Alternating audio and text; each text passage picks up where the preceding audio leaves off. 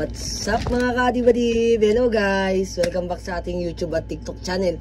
Kung hindi ka pa nagpa-follow at nagsusubscribe sa aking YouTube, isubscribe mo na Sir Space PM, SER Space PM. At don't follow my TikTok channel, Sponge.boy01. So, ngayon,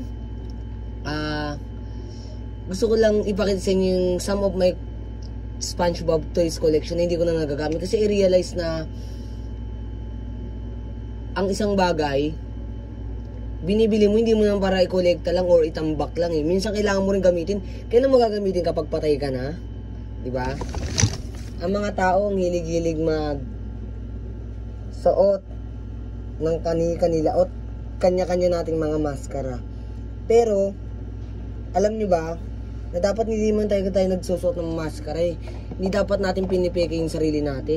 Dapat mas pinapakita natin sa mundo na tayo to eh. Ako to eh.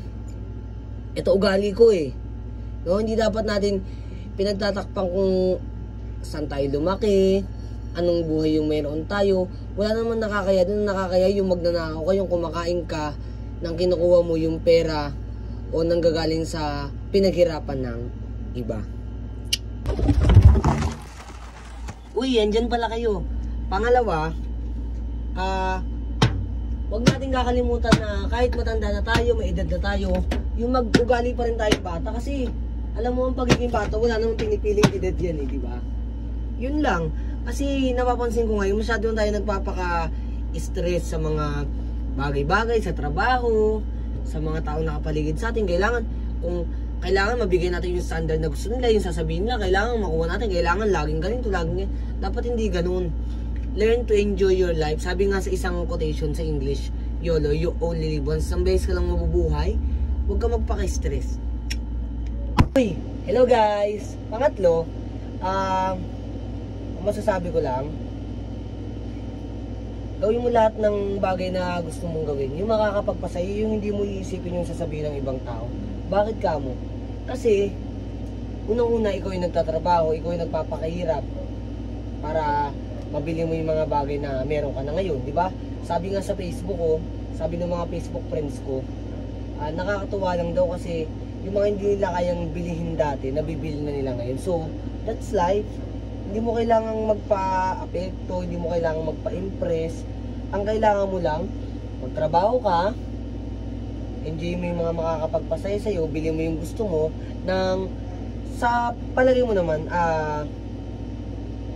hindi naman siya over the bakod na hindi ka nakakain bukas basta mabili mo lang. Halimbawa, hinalala tuloy ako, bumili ka ng iPhone. Like for example lang hindi ko nababanggitin kung anong iPhone. Bumili ka ng iPhone na 16GB. Eh nakita mo yung sa kaibigan mo o sa kakilala mo, mas mataas yung gigabyte, 256, tapos fully paid. Sa'yo rin naman fully paid kasi mas mababa. So, don't compare, no? Kasi may ganyan-ganyan tayong panahon ng pag-angat. So, sana habang pinapanood mo itong video na to, may natututunan ka. Huwag kang hindi naman ang buhay, hindi naman siya paunahan, hindi naman tayo tumatakbo eh. Kung gusto mo pumunta kang Luneta, doon pwede ka mag-jogging. Pero, in reality, kung gusto mo maabot yung mga nakakabot ng mga kakilala mo, ng kaibigan mo, ng kapatid mo, gusto mo mabigay yung buhay na gusto mo para sa pamilya mo, pag sumikapan mo, yung hindi yung ihiga ka lang, nakatambay ka, lalahad. Okay? Baka sabihin nyo, paano yung tambay, paano yung ganyan, paano yung ganyan. So, wag natin silang pakialam ang buhay nila. Ang inaano ko dito, sana, maging masaya tayo. Halimbawa, ako, pero si Ken, iniisang ko, siya yung makakapagpasaya sa akin. Ganun. Wala akong pakialam kung ano yung sasabihin ng mga nakakakita. Kasi ako to eh. O, tayo. Laki na yun, oh. Laki na yun. O, lima-lima lang. Wala magsusumbong kay mama. Lima-lima lang. Laki 9. Eh, Lucky 9.